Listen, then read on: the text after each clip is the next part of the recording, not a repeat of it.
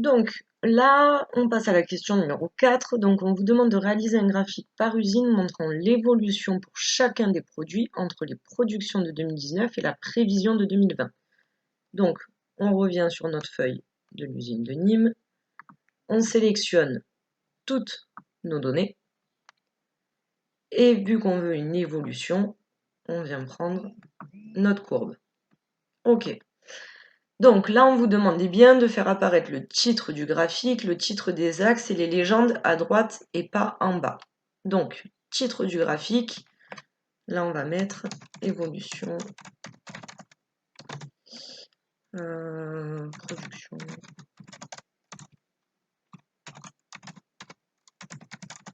Prévision.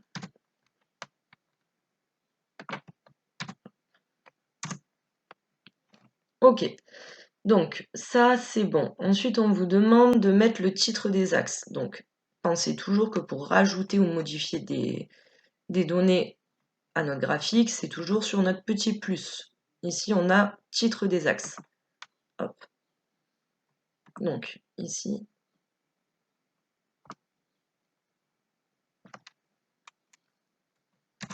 vous pouvez juste mettre quantité. Et ici, c'est les produits. Ok. Et notre légende, on la veut sur la droite. Et notre graphique est fait.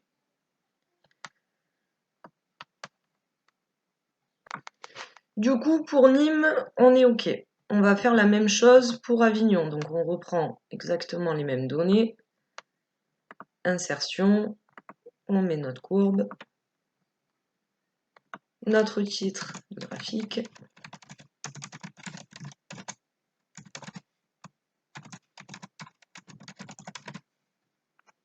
OK. Nos titres d'axe.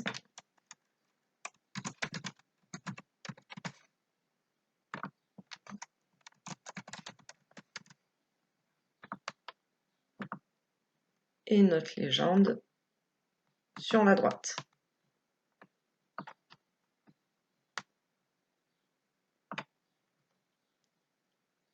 Pour la question 4, du coup, c'est terminé.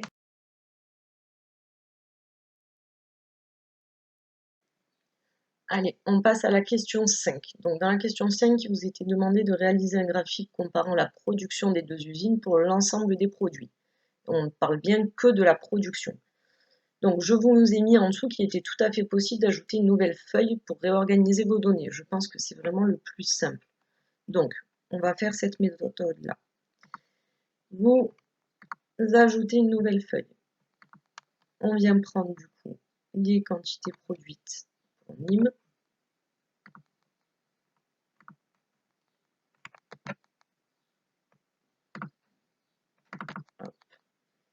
Vous pensez bien ici à venir écrire pour quelle ville c'est, vu qu'on va mettre les deux.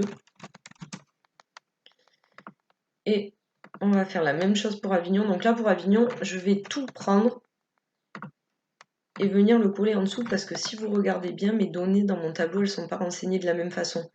Par exemple, ici, j'ai Luxus Paris et Président en dessous, alors que là, non. Donc si j'avais fait un copier-coller directement de mes données, on n'aurait pas eu les bons chiffres en face des bons produits. Donc, Luxus Paris, hop, en fait, vous allez juste prendre vos données petit à petit et venir les déplacer. Ce sera plus simple.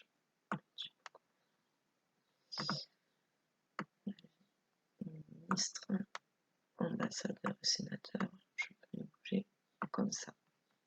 Ok. Donc là, tout ça, on n'en a pas besoin, on peut le supprimer. Et ici, on pense bien à venir mettre que c'est pour Avignon. Donc, quand ça c'est fait, hop, on vous demande du coup de faire un graphique de comparaison. Donc, on prend tout notre tableau, insertion, et on va venir choisir un histogramme. Peu importe celui que vous avez pris, hein, tant que c'est un histogramme, c'est bon. Donc, pareil que tout à l'heure, ici on vous demande du coup de faire apparaître le titre du graphique, donc comparaison des quantités produite par usine. Ok. Ensuite, on vous demandait encore le titre des axes. Donc, comme tout à l'heure, on vient cocher ici. Donc là, quantité. Ok. Et ici, les produits. Hop. Et légende à droite. Donc, hop. Légende à droite. Et là, on vous demandait les étiquettes de données.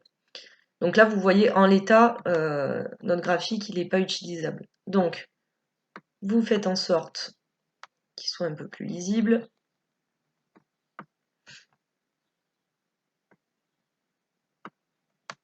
Vos étiquettes de données, vous essayez de me les décaler pour pas qu'elles se chevauchent entre elles. Hop, et ici. Et elle, on la voit pas très bien. Hop.